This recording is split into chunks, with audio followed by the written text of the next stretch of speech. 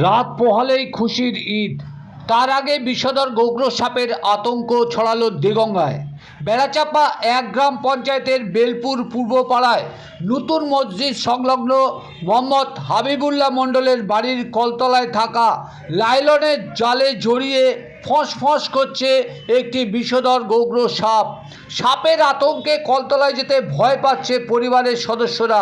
পরিবারের আবেদন, বন দপ্তরের কর্মীরা উদ্ধার করে নিয়ে যাক সাপটিকে।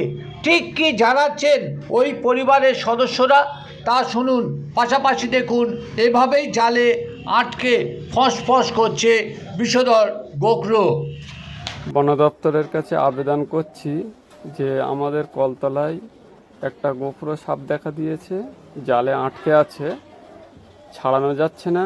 এর জন্য আমরা কলে টলে যেতে পারছি না, খুব ভয় করছে, বাড়ির লোকেরা একটু আতঙ্কে আছে। আপনারা দয়া করে সাপটা এসে নিয়ে যান। সাপটা আমরা মারতে চাই না, আপনারা যে দয়া করে একটু নিয়ে যান, তাহলে আমরা খুব উপকারিত হই।